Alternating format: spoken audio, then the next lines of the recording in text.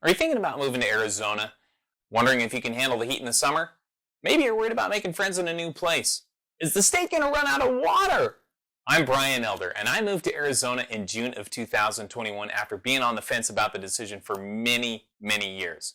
In this video, I'm going to share with you some of the experiences that I went through in the hopes that it'll help you decide whether or not moving to the Grand Canyon State is right for you. This is Arizona Dreamin'.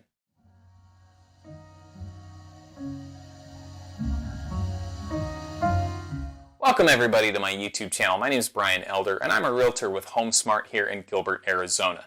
Moving to Arizona has really been one of the best decisions I've ever made. I just kind of wish I'd done it a little bit sooner.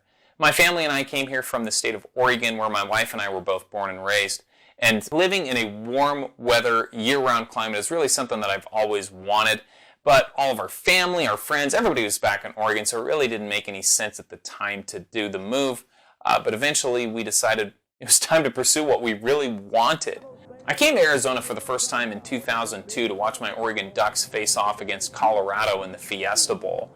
And I will never forget sitting there that day in Sun Devil Stadium, probably 75 degrees, the sun basking down on us. It was absolute heaven, especially since there was probably 2 feet of snow back on the ground where we'd come from. And from that moment on, I knew that I wanted to live in a warm climate. All the things that I like to do, whether it's hiking, swimming, boating, mountain bike riding, it all happens in the summertime. And in the Pacific Northwest, you only have a couple of short months to get that done before the cold weather creeps back in. But friends and family won out, and I stayed in Oregon and had to deal with the cold.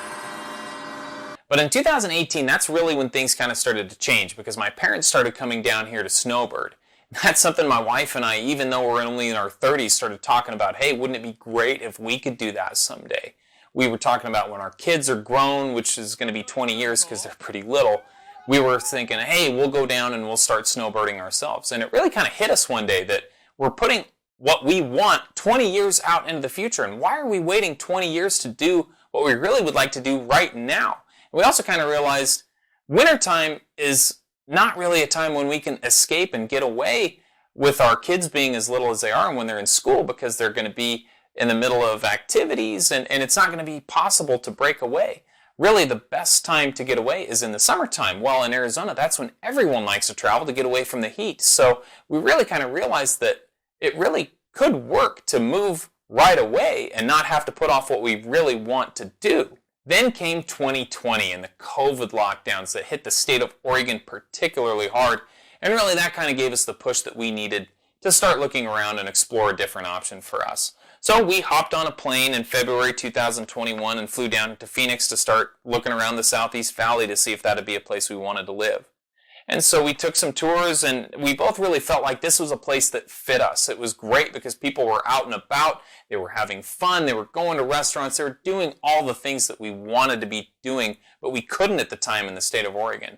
And when we got back, it really didn't take us long to decide that we really did want to move and start a new life down here in Arizona. It also didn't hurt that it was 78 degrees, and back at home it was 18, and an ice storm rolled through and knocked out power to half the state for well over a week.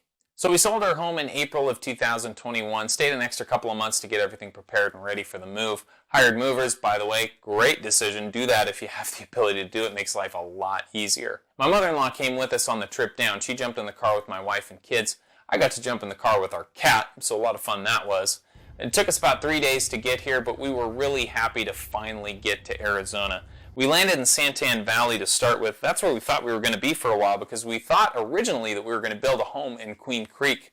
But we were on the wait list forever, and we just really decided that we didn't want to continue to do that, especially as the prices of those homes went up so dramatically.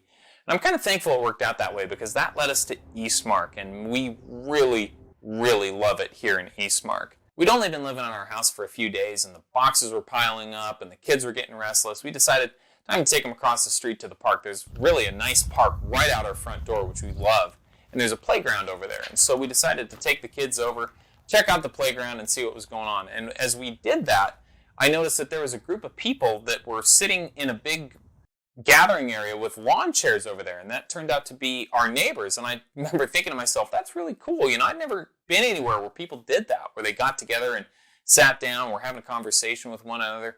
And so I was keeping a pretty close eye on the kids. Again, my kids are fairly little, and one of them is kind of a daredevil. I didn't really want to leave him alone on the playground equipment by himself.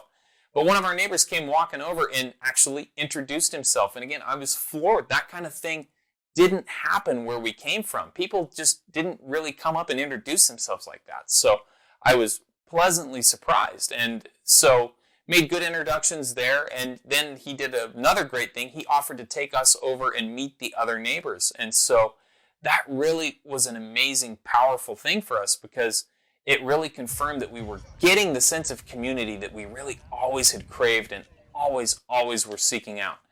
And those people now are all our friends, and we hang out together and do things all the time. So me and a group of guys, we typically will go play pickleball on Wednesday nights at the Legacy Sports Complex.